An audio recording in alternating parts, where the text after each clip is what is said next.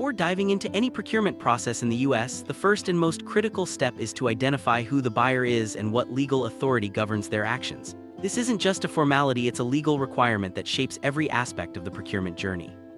Though the buyer is a federal agency, a SLED state, local education entity, or a private sector company, this classification determines which procurement laws apply, what solicitation formats are allowed, and what constraints exist for offshore participation.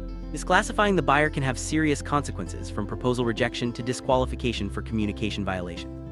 In US procurement, technical excellence alone isn't enough. Your proposal must align with the correct legal framework to even be considered. Let's explore how this foundational step sets the stage for everything that follows. US procurement landscape is divided into three distinct environments: federal, SLED, and private sector. Each operates under its own set of rules, authorities, and risk frameworks. Federal procurement is highly regulated, governed by the Federal Acquisition Regulation (FAR), and involves centralized control with strict security and compliance requirements. SLED procurement, covering state, local, and education entities, is decentralized with over 78,000 buyers, offering more practical entry points and generally fewer barriers for offshore teams. The private sector, meanwhile, is governed by internal corporate policies, allowing for greater flexibility, faster cycles, and higher rates, but with less transparency and formal competition. Success in one environment doesn't guarantee success in another, so understanding these differences is crucial for any team entering the US market.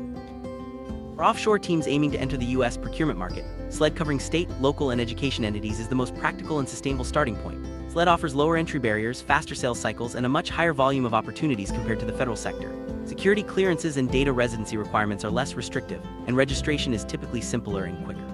While federal procurement is often out of reach due to compliance and citizenship constraints, SLED allows offshore teams to build a track record, gain verifiable past performance, and scale operations across multiple states. This phased approach not only increases win rates but also sets the foundation for future federal or private sector pursuits. In short, SLED is where capability meets opportunity for new market entry.